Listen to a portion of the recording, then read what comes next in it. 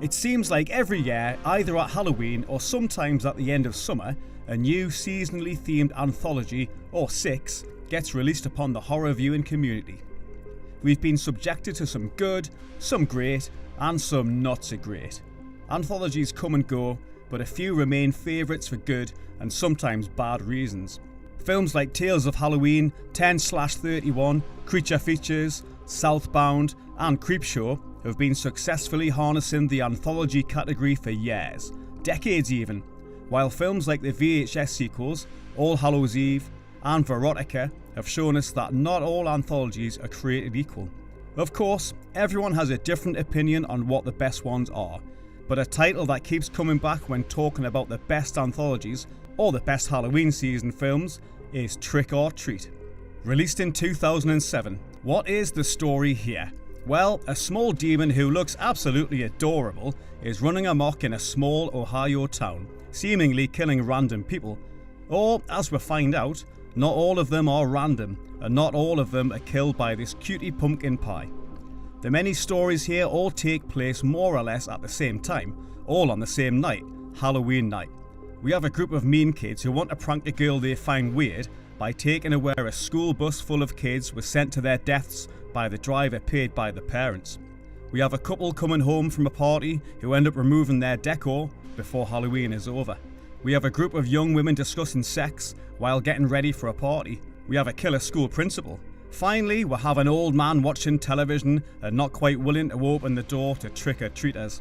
Along with all of them, there is the aforementioned cutie pumpkin pie demon, now known as Sam, named after Sam Hain, a being that may or may not be a deity or a demon, or just the spirit of a dead child who adores Halloween and goes after people who do not respect the rules of Halloween. There's a few other characters here and there, giving life to this little town. The main difference with most anthology films is that the short stories here are presented together, kind of all at once, crossing over each other, something that required a ton of planning script-wise to make sure the characters seen in the background are seen at the right place and time while the other characters are going through their stories. It's no accident that the kid watching the lady undo the decor in the early part of the film is seen over and over. It's also no accident that there is a random hot dog costume person here and there throughout the film. Things like the old man having exactly 8 locks on his door, the number of kids killed by the bus driver. Everything here is connected to something else, and fans have been able to get something new each time they watch the film again, making this a film that is easily enjoyed over and over again. This kind of story, mixing the short stories within the larger one of the film, is not something seen all that much within other anthologies. Tales of Halloween did have the characters moving from one short to the other as background characters or just extras, something that's always fun to watch. But the shorts themselves do not have their stories intermingling.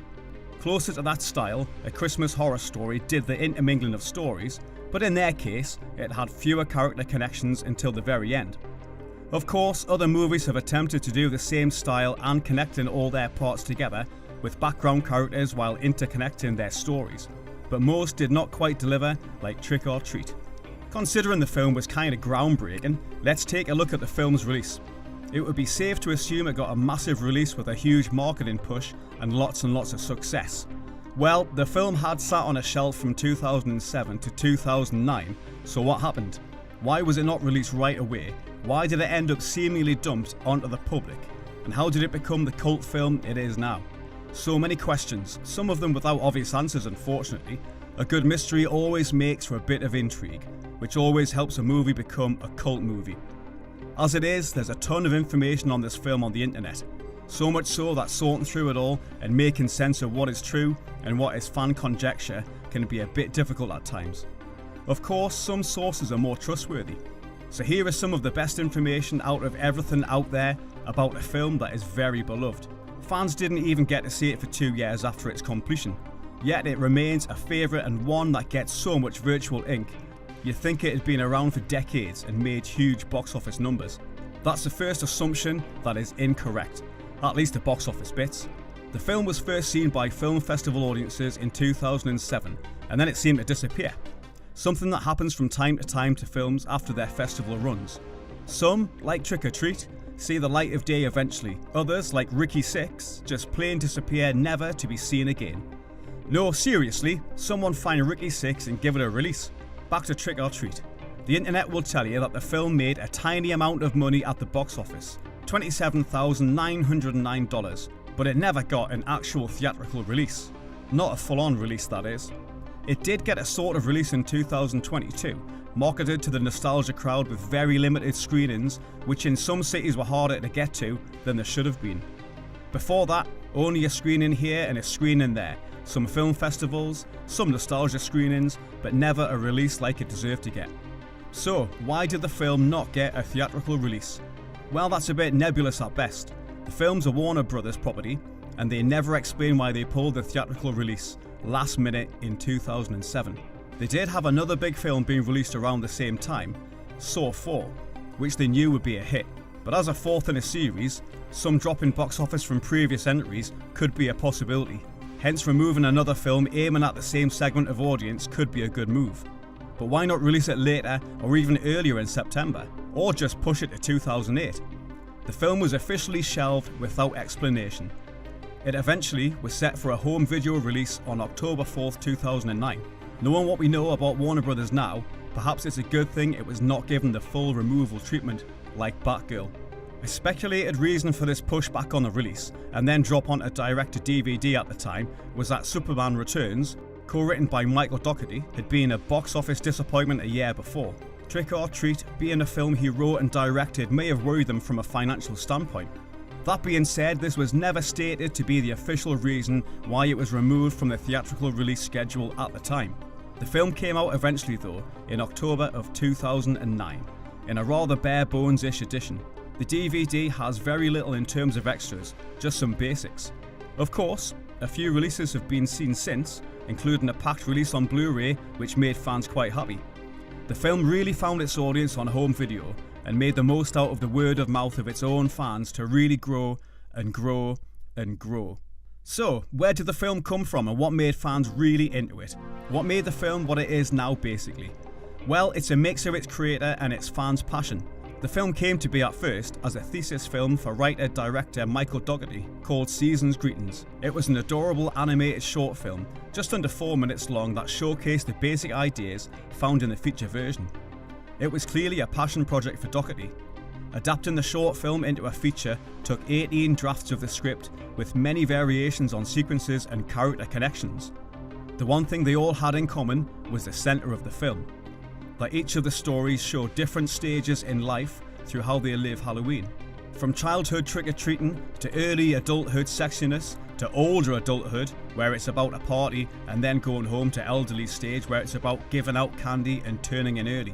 The film, of course, is very much about horror, so plenty of kills and horrific stories, which changed throughout development, including the bus kids being cemetery ghosts at one point where pumpkins were to grow on the ground of a cemetery and the random dead people would all come back to life at different stages of decomposition, which honestly would have looked fantastic, but it was changed due to the complexities of creating all these undead people and the limitations of the budget being $12 million, as well as a relatively short 40-day shooting schedule.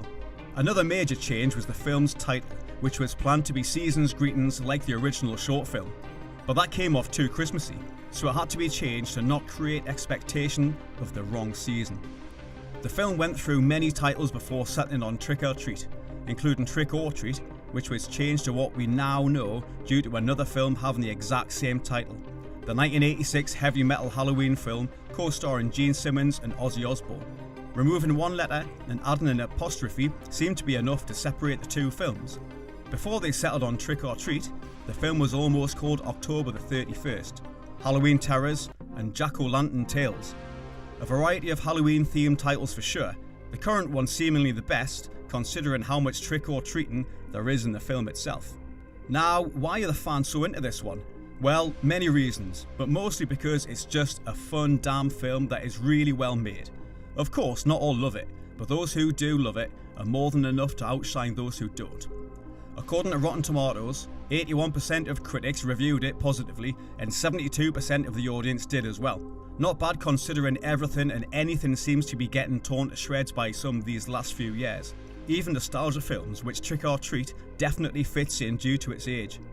Yes, it's old now and due to its content, people can be less forgiving with that sort of thing. Fans that love it had to clamour for a while to get a re-release on Blu, which finally happened and has some really good stuff included. They also became loud enough to get a limited theatrical release in 2022. Also, a comic book and tons of merch is out there, with plenty of it being from licensed sources. Fan art is everywhere. Seriously, a quick web search gives so many results on that front. And there was also a scare zone at Halloween Horror Nights at Universal Studios, that characters based on the film in 2017, and now there's even talk of a sequel again. Something else worth mentioning is the love for the genre shown with a ton of Easter eggs. The school bus story is a homage to It's the Great Pumpkin, Charlie Brown. The house the little girl lives in is based on the house from Carrie. One of the costumes is definitely based on Chucky's look, and the scene at the bonfire in the woods is a homage to The Howling. Elsewhere, the giant baby at the bonfire party is played by C. Ernst Harth, who played the Great Child in the 13 Ghosts remake. Cry Little Sister is heard at one point referring to the Lost Boys. The Marilyn Manson song used, Sweet Dreams, was also used on the remake of House on Haunted Hill.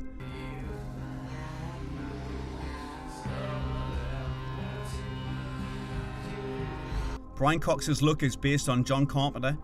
A 1958 Plymouth Fury shows up representing Christine. Members of Vancouver's Parade of Lost Souls show up in the town celebration. The Changeling is also channeled when a gumball bounces downstairs, and maybe a few more for eagle-eyed viewers. Of course, Trick or Treat was a hit with fans, something the studio should have seen coming even though they didn't seem to have any faith in the film. As it stands, it's a seriously beloved film with the sweetest looking little demon at the centre of a bunch of messed up stories.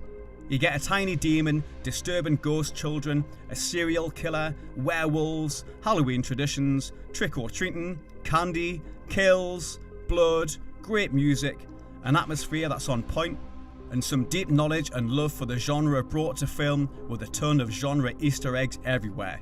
What's not to love?